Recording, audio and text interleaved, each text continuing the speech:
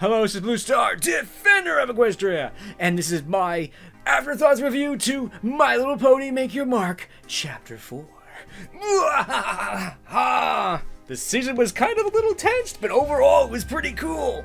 The season was actually pretty good. I mean, it could have been better. After watching Dr. Wool's review, I think the best way to say this is that if this series was a full-length TV series like Friendship is Magic was, this series would be way better.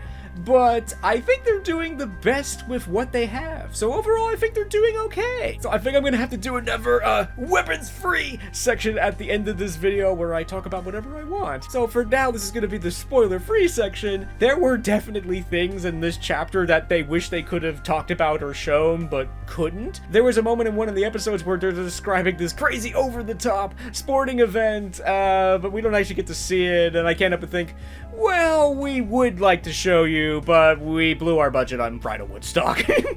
This series continues to be the series that never has the time or the resources to do everything that they or we would want them to do, but again, I think they're doing okay with that. I think the episodes they chose to do, for the most part, were actually pretty good. I mean, they were either world building or moving the bigger picture forward, or maybe exploring a little bit of that character, and it was definitely interesting to see, you know, what was going on with these characters, because they've given these characters actual character. Opaline is one of my new favorite supervillains ever. She is definitely more than just a supervillain that says, I have come to take over the world, because I just want to take over the world. It's like, no, they've given her all these interesting motivations, and they're continuing to expand upon those motivations. And I think in some ways, the best sign of a good character is that when you learn a little bit about them, you want to learn more. And definitely in the case of Opaline and all of these characters, I definitely want to learn more about them. So, yes, there were definitely things in this chapter that could have been better. Yeah, like things that were not talked about, or they didn't have the budget or the time to talk about them. I think overall it was good. Bridal Woodstock was actually an okay special/opener to this chapter. It had some pretty amazing music, and I did like the overarching message of all of the generations coming together, and that, yeah, we really should be more concerned about other ponies' concerns, especially in this universe where, you know, these ancient legends, they're often true, so. But even if they're not true, it's like, yeah, this is their home, and we should be concerned about how they think and feel about us setting up this giant music festival right next door. There was honestly a lot of tension in this chapter because a lot of the characters had to make some very difficult, hard choices, and I like that they decided to make some of those choices difficult and actually taking their time with them. It wasn't just like, oh, okay, I'm just gonna leave. Let's just say in the real world, it's often not as simple as that. They've put some of these ponies in some difficult situations. It only makes sense and is appropriate to make those decisions equally difficult. There were definitely some difficult, tense things going on in this chapter, but I think in some ways all of them are setting up possibly for bigger things in the future. There are definitely things in this chapter that are analyze worthy that, like, I may not have noticed that before, but now that I have, it's like, ooh, that could be important. And in reference to the line that this chapter has always had to walk of, like, we don't want to throw away the G4 canon, but we don't want to be tied to it, I think they're continuing to succeed at walking that line very well, and that if you've seen Friendship is Magic, you're gonna be like, oh my gosh, I remember that, but if you haven't seen Friendship is Magic, you're still gonna get what's going on, and the long story short is, I think that's a very good idea, so that the Friendship is Magic fans can understand the significance of this, but at the same time not basically alienate the new fans and having them feel lost, like, I don't know what you're talking about. And there's definitely some very interesting possibilities with some of these things, and I'm definitely looking forward to where some of those things go. So, another thing I liked about this particular chapter is that the animation quality has definitely improved a whole lot. It's almost like the animators have gone to, like, pony animation boot camp or something. I think that animating ponies, especially ones with magical horns and wings, is not exactly something that's in most animators' skill sets, so it's obviously taken them some time to try to figure out how to do that and, like, what works and what doesn't work with these ponies, especially since, yeah, people are very different from ponies, to say the least. So yeah, there's things that work for humans that doesn't really work well for ponies, and vice versa. So it's taken a little bit of time for them to figure out how to make all that work, but I think they figured out how to make that work. work now. The pony's expressions are a lot better, and I think that they've learned how to use things like the wings to actually make these ponies emote and deliver that emotion that they're trying to deliver. Ruby Jubilee uses her wings to like perform like these dance moves and stuff that they're not just simply for flying, they can actually be used for like performing and emoting, so I think that's really good. So, this season was pretty good. I mean, it had its ups and downs, but overall, it was pretty good. It definitely had some pretty exciting, cool moments in it,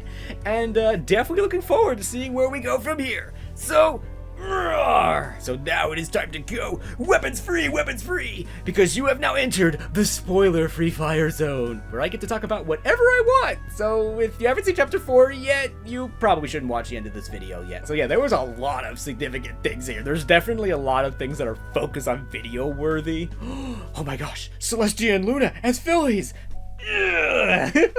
I think the fact that they made not only Opaline but Celestia and Luna as 3D characters as fillies, I think that basically says that, oh, we're going to be seeing these characters at least as fillies again at some point in the future. So in some ways, this chapter is actually expanding the world of Equestria, not only for this generation, but for the past generation as well. So, interesting. Some interesting things going on with Opaline. We got to learn a little bit about her backstory and why is she doing this. And those are definitely things I want to talk about in a Focus on video. This is why I really like Opaline. And again, she's not just simply a supervillain for the main 5 to go and defeat. She's a character with motivations and issues and all these sorts of things that the main 5 are at some point going to have to overcome somehow. So I really like that kind of stuff because, yeah, it's fun to sometimes have a villain that's just simply evil and is like, ha ha ha, I have come to take over the world. But I think it's far better when this character has some kind of motivation that we can relate to or understand or get behind, or see that this character is more than just simply a villain for them to be defeated. And I look forward to seeing where they go with that. So the really big thing here is that, oh my gosh, Misty made her mark and got her cutie mark. Yay! Already? Uh-oh. That was my first thoughts on Misty, and my other is that, unfortunately, I was so wrong. Misty's not gonna get her cutie mark. Yeah, it's like, no, once she does, she's just gonna leave Opaline, and then Opaline will just be without a minion and sit in the tower all by herself. So that's obviously what didn't happen, and in fact, they're moving at a much greater pace than I thought they were going to, and like, oh my gosh, Misty got her cutie mark! Yay! Feels like that happened way too early, and that's honestly kind of worrying to me because I want this series to be around for a while, but at the pace they're going at, it kind of feels like this is going to go the way that just about every other Netflix series does. They're going to be around for like 3 or 4 seasons, and then that'll be it, and oh, yeah, and maybe that'll happen, but there's also the possibility of that maybe this is just one step in a much bigger picture. Like when Twilight Sparkle became Princess, there was a lot of people that said, okay, that's it, it's the end of the series, that's it, you know, the story is over. Oh no, that did not happen. Twilight becoming a princess was the ending of one chapter, but it was the beginning of another. This definitely changes the dynamic of the series, but I think I'll talk about that in a little bit. Yeah, I want to talk about Misty and her story arc and everything that she went through during this chapter, and I actually really liked the way they went about this, and that it wasn't just simply, oh, Opaline's mean to me, I'll just leave. It's a little bit complicated, but at the same time, in the real world, it's not as simple as that. And again, they put Misty in a very difficult position. It only makes sense that the decision to leave will be equally difficult. As Misty says herself, it's like, this is the only life she's ever known. Just to get up and leave it, that's hard, that's difficult. So I'm actually kind of glad that they spent essentially a whole episode of just Misty deciding, should I even leave Opaline? It was interesting to see that struggle back and forth. And we continue to see that struggle back and forth all through this chapter, because again, this is hard. Do you betray the pony that you've known pretty much like your whole life, or do you side with these ponies that you've essentially just met, but who have basically welcomed you with open arms and treated you like the friend and everything that you deserve? It sounds easy, but it's not. So I'm glad that they showed that struggle and how difficult it was, and it kind of pays off at the end where she finally makes that choice once and for all. I'd rather be a pony without my cutie mark forever than to be a pony that continually does the wrong thing. And I really like the way they sold that. It kind of reminds me of this quote from the Halo 3 commentary, and that what's the point of heroic actions if there's no consequences? Sure, this choice leads to her getting her cutie mark, but she's making it very clear that she's deciding I don't care about my cutie mark, I just don't want to do the wrong thing anymore. She's choosing what kind of pony she wants to be in that moment, and all those difficulties earlier in the chapter really pay off in that moment, and I think it was really cool. So roar! The confrontation of Opaline and Sunny was just so cool. It was so amazing. Again, something I didn't think that was going to happen this early, but it has, and it was really cool. All my analysis, I said, oh, it could be equal between Opaline and Sunny, but I forgot one thing. As once said in another series, Sunny has something that Opaline doesn't: friends. And this is why ultimately Sunny wins. It's like she has the supporting and the backing of all her friends, and that's what pushes her over the edge and actually defeats Opaline. It does raise the question of, they seem to have Opaline pretty much on the ropes here. It's like, why are we leaving now? It kind of reminds me of a scene in Beast Wars. It's like, no, this is our opportunity to take over the base.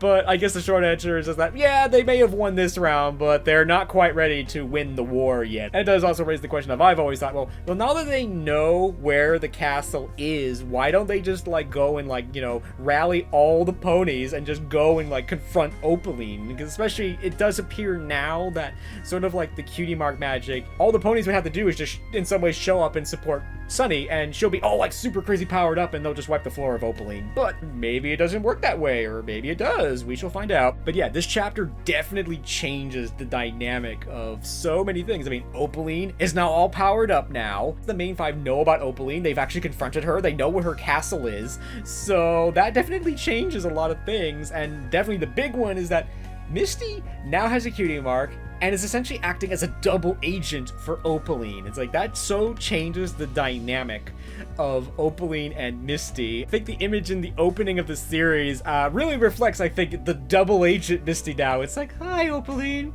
I don't actually really want to help you very much. It's like, now that Misty has an actual cutie mark, it's only going to be a matter of time until Opaline notices, and then that's going to be interesting what happens then. How did you get a cutie mark?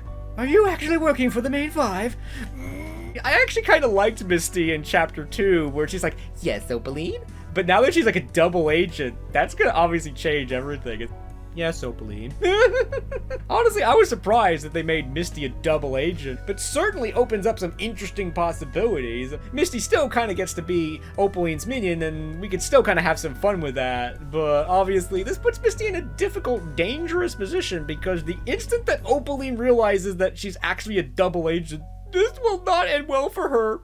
I do feel like this chapter is definitely suggesting that there's definitely a bigger story going on, or there will be bigger things in the future, as the very last scene in this chapter suggests. Opaline says, if there's one dragon awake, the others must be stirring. And if I take their dragon magic, I can take all of the magic, including the alicorns. The things about the dragons and the alicorns in itself are interesting and definitely suggesting that there are bigger things in the future. And I'm definitely looking forward to finding out what those are. So, roar! Overall, I think this chapter was pretty good. I mean, there were some kind of odd choices, like they took, you know, Cantor logic and they made it into a TV studio?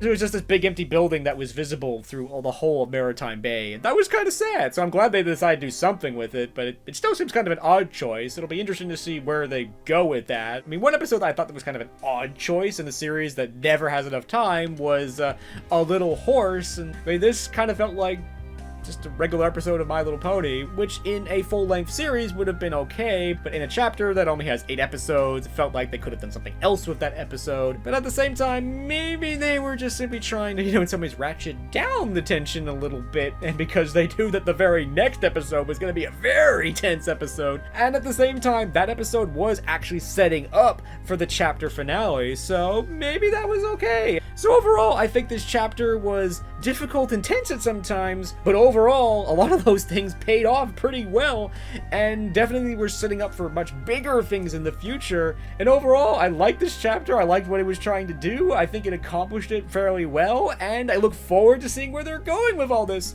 And it's just so nice to see Misty have her cutie mark and be friends with the main five. Yay! So, I hope you enjoyed this video, and as always, thank you for commenting, liking, and subscribing, and until next time, this is Blue Star. Stay strong and pony on. Blue Star out.